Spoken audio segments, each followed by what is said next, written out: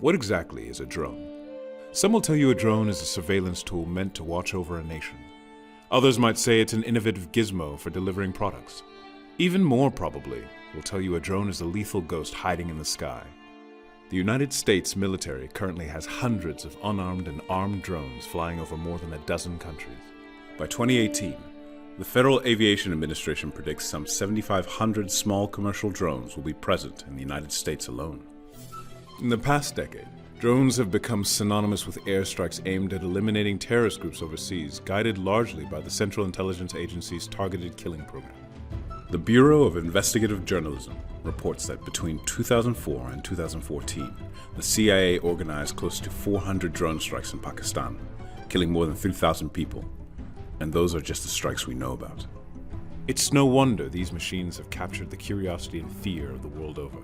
But where did these phantoms of the sky come from? To find out, we'll need to look back almost 100 years. Drones, or unmanned aerial vehicles, work through a system of sensors. Think of it as a basic remote-controlled vehicle, only with a much longer range.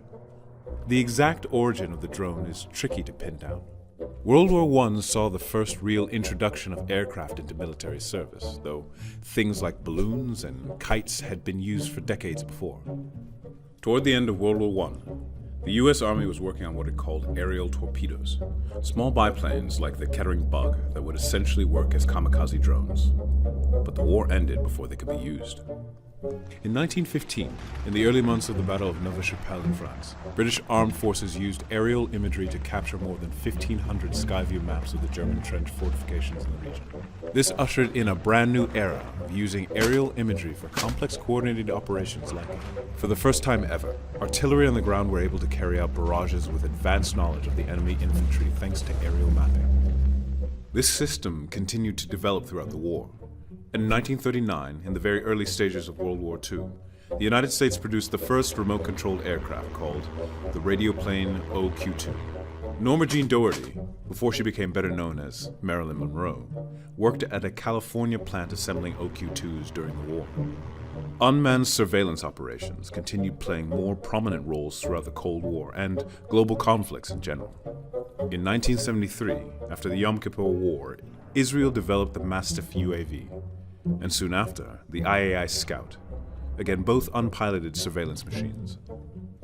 In 1986, a joint US-Israeli project produced the RQ-2 Pioneer, a medium-sized reconnaissance drone. Around the same time, Abraham Karam, an Israeli expert engineer who'd spent years working for the IAI, developed a similar prototype called the Nat 750 in his garage outside Los Angeles. American defense contractor General Atomics bought Karam's design in 1990. Fast forward a few years to the early stages of the Bosnian War, and the CIA purchased two Nat 750s for $5 million to deploy on surveillance operations over Bosnia. On January 7, 1994, the Pentagon signed a contract with General Atomics that tasked the company with redesigning the Nat 750, a deal to make it bigger, sturdier, quieter, more dynamic. 6 months later, the first generation of the Predator drone was born. The Predator was first flown over Afghanistan in the fall of 2000, when an Air Force team flew one for the CIA in a hunt for Osama bin Laden. At the time, it was only armed with surveillance cameras. On December 21, 2000, the U.S. Air Force received Pentagon approval to arm the Predator with Hellfire missiles, less than a year before the 9/11 terrorist attacks on New York City. In the immediate aftermath of 9/11, the CIA launched the Targeted Killing Campaign, essentially an approval list from the Pentagon to kill whomever they deemed perpetrators of the 9/11 attacks. This is legal because of what's called an authorization for use of military force, a law Congress passed in the wake of 9/11. Enter the strikes. As the remnants of the terror group Al-Qaeda's leadership fled out of Afghanistan and into Pakistan and Yemen, both sovereign territories, the newly armed drones soon followed. Quietly. And here's where things really started to get messy.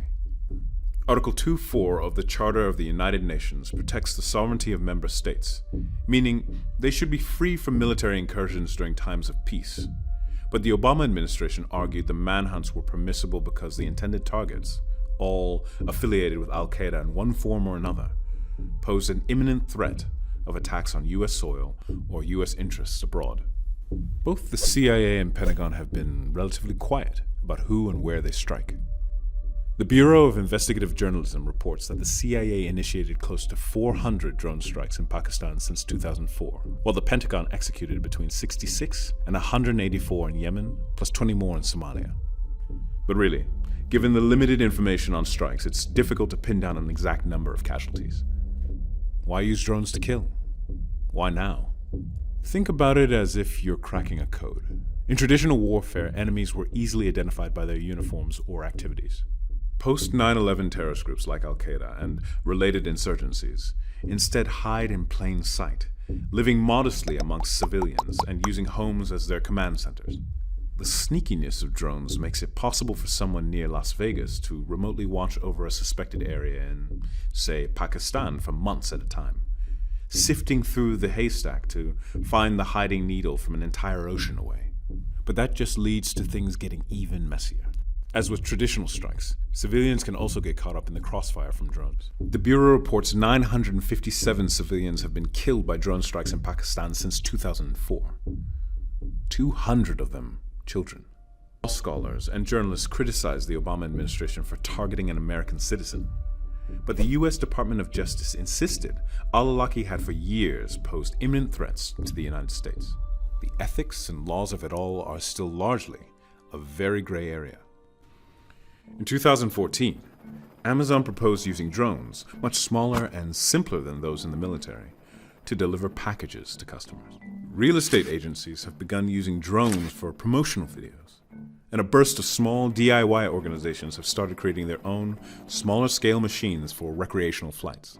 Others have used drones for anti-poaching rescue missions in Africa. Medicine delivery via drones is still in its testing phase, and even Facebook is building huge solar-powered drones to fly at 50,000 feet and beam internet into remote areas of the world. The Federal Aviation Administration reports more than 934 government agencies in the United States, from the FBI to Customs and Border Control to small police departments in Minnesota, have been approved for limited rights to operate unmanned aircraft in domestic spaces. Chris Anderson, a former editor at Wired who left the magazine to run 3D Robotics, a drone kit company, put it best. We are entering the drone age. There's been blowback. As of May 2014, 35 states in the U.S. have introduced legislation to limit the use of drones by government agencies. To date, 12 have adopted this legislation. Ironically, though, recent polls show that more than half of Americans approve the use of drone strikes. Overseas, understandably, the overall approval is much lower. If the drone age is indeed here, what can we expect in the next year, 2 years, 5? If recent trends are any indication, we might as well get used to seeing them and having them see us.